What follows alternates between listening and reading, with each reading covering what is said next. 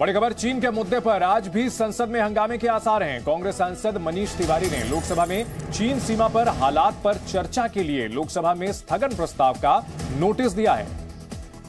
चीन के ओर से घुसपैठ की कोशिश और भारतीय जवानों के उन्हें पीछे धकेलने के बाद लगातार सियासी संग्राम जारी है। इस मामले पर कांग्रेस संसद में चर्चा की मांग कर रही है। वहीं सरकार की ओर से लगातार यह कहा जा रहा है कि ऐसे मसलों पर चर्चा की कोई परंपरा नहीं रही है। रक्षा मंत्री का बयान हो चुका है, विदेश मंत्री का बयान हो चुका है, लेकिन कांग्रेस पीछे हटने को तैयार नजर नहीं आती। लोकसभा में विपक्ष के नेताओं को विदेश मंत्री एस जयशंकर ने बेहद सधे हुए शब्दों में जवानों का सम्मान करने की नसीहत दे डाली। चीन पर जवाब देते हुए विदेश मंत्री ने कहा कि जवानों के लिए पिटाई जैसे शब्द का इस्तेमाल उचित नहीं है। सेना का सम्मान सबसे जरूरी है।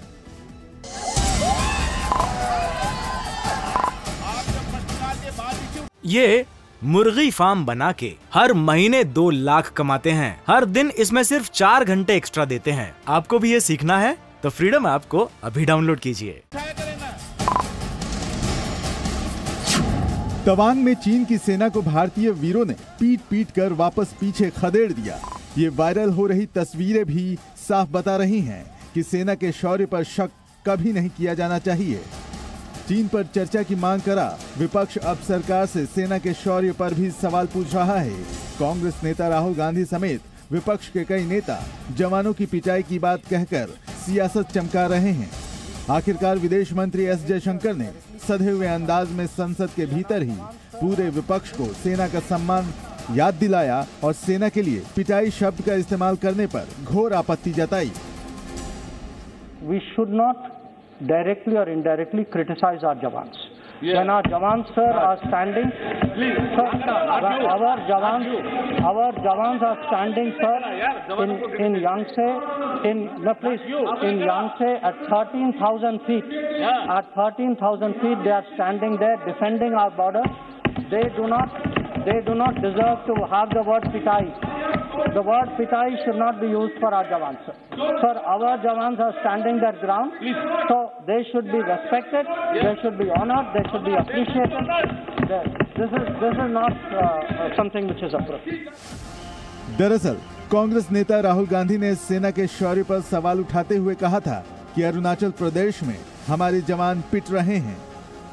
जिन्होंने 2000 स्क्वायर किलोमीटर हिंदुस्तान का उठा लिया, जिन्होंने हिंदुस्तान के 20 जवानों को शहीद किया, जो हमारे जवानों को अरुणाचल प्रदेश में पीट रहे हैं, मैंने कहा हिंदुस्तान की प्रेस मुझसे इनके बारे में एक सवाल नहीं पूछेगी। संसद में शीतकालीन सत्र के 9वें दिन तवांग की घटना पर विपक्ष और सरकार के बीच तकरार और तीखी बहस 7वें आसमान पर पहुंच गई। राज्यसभा में विपक्ष ने जोरदार हंगामा करते हुए वॉकआउट कर दिया। चाइना ये बहुत बड़ा महत्व का विषय है और प्लीज आज वो वहाँ पर अतिक्रमण कर रहे हैं, इसीलिए ये महत्व का मुद्दा है। अगर ये चर्चा नहीं करेंगे, इसको अगर रूल सभर निकाल सस्पेंड करके चर्चा को अगर अवकाश देंगे, फिर किसको देंगे? विपक्ष का तीखा हमला होता देख केंद्रीय मंत्री पीयूष गोयल ने कांग्रेस को घेरा। उन्होंने कांग्रेस पर सेना का मनोबल तोड़ने का आरोप लगाया। कांग्रेस के वरिष्ठ नेता हमारी आर्मी को डिमोरलाइज कर रहे हैं। राहुल गांधी जी ने जिस प्रकार के ओछे बयान दिए, उससे मैं समझता हूं हमारे सैनिक बलों का, सेना का मनोबल टूटता है। जबकि AIMIM अध्यक्ष असदुद्दीन ओवैसी ने संसद के बाहर ही मोर्चा खोलते हुए कहा कि सरकार चीन को लाल आंख दिखाए और 56 इंच का सीना भी। इस मसले में मोदी सरकार ट्रांसपेरेंट नहीं है, नंबर 1। दूसरा, वो आधी सच बोलते हैं, आधा झूठ बोलते हैं, मिसरीडिंग फैक्ट्स कहते हैं, और अंग्रेजी में जो कहते हैं ना कि अम्यूजिंग डिस्ट्रैक्शंस।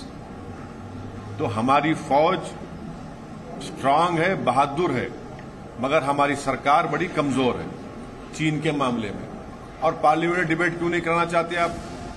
चीन पर चर्चा को लेकर शिवसेना और आम आदमी पार्टी भी संसद के बाहर सरकार पर तीखा हमला बोलती रही। चीन पर चर्चा को लेकर सरकार और विपक्ष में जुबानी जंग आने वाले दिनों में और तीखी हो सकती है। ब्यूरो रिपोर्ट, जी मीडिया। इस वक्त की बड़ी खबर, संसद भवन में इस वक्त बीजेपी संसदीय दल की बैठक चल रही है। बैठक में प्रधानमंत्री मोदी, बीजेपी अध्यक्ष जेपी नड्डा समेत कई केंद्रीय मंत्री और बीजेपी सांसद शामिल हैं। इस बैठक में 2024 के लोकसभा चुनाव की तैयारियों पर चर्चा मुमकिन है।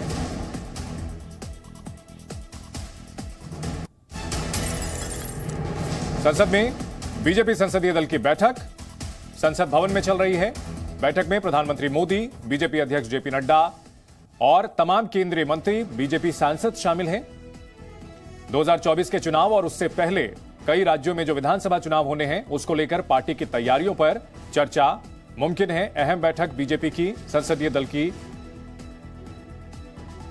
हाल के दिनों में गुजरात चुनाव में बीजेपी को प्रचंड जीत जरूर मिली है, लेकिन हिमाचल प्रदेश में विधानसभा चुनाव में हार मिली और पार्टी आने वाले विधानसभा चुनाव को लेकर अपनी तैयारियों को और धार देना चाहेगी। इसके लिए रणनीति पर विचार हो सकता है। साल 2023 में कर्नाटक, मध्य प्रदेश, छत्तीसगढ़ समेत कई राज्यों में चुनाव हैं। राजस्थान में भी विधानसभा चुनाव होने हैं। ऐसे में पार्टी अपनी रणनीतियों को आगे किस तरह से अमल में लाना है, इस पर चर्चा कर सकती है। ये मुर्गी फार्म बना के हर महीने 2 लाख कमाते हैं। हर दिन इसमें सिर्फ 4 घंटे एक्स्ट्रा देते हैं। आपको भी ये सीखना है तो फ्रीडम ऐप को अभी डाउनलोड कीजिए।